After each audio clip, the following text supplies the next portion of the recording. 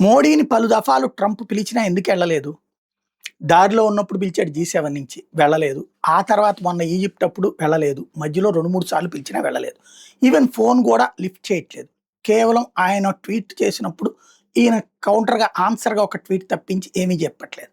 ఎందుకు అంటే చపల చిత్తం వచ్చేసింది. వయసు చాదస్తమా? లేకపోతే ధన అహంకారమా? అమెరికా అధ్యక్ష పీఠపు అహంకారమా? వచ్చేసి ఏది పడితే అది మాట్లాడుతున్నాడు. దౌత్యపరంగా బాధ్యతాయుతంగా స్పందించడం చేత కావట్లేదు. అట్టాంటోడి దగ్గర మాట్లాడి వృధా ఎందుకు అన్నటువంటి ఉద్దేశంతోనే మోడీ పట్టించుకోవట్లేదు. అయితే పదే పదే వెంటపడి ఎందుకంటే భారత్ లేని అమెరికా లేదు. భారత్ లేని అమెరికన్ వ్యవస్థ కష్టార్జితం అవుతుంది, కష్టాల పాలవుతుంది.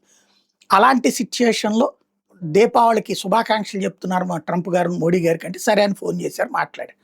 మాట్లాడాక టెర్రరిజం లాంటి వాటి విషయంలో మీరు పాకిస్తాన్ ఎత్తిన పెట్టుకున్నారు జాగ్రత్తగా చూసుకోండి అని మోడీ చెప్పాడు. అయిపోయింది. ట్రంప్ ఏమంటాడు నేను మాట్లాడాను. రష్యా నుంచి ఆయిల్ కొనని చెప్పారు.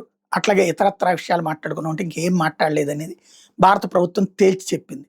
మోడీ సర్కార్ తేల్చి చెప్పింది.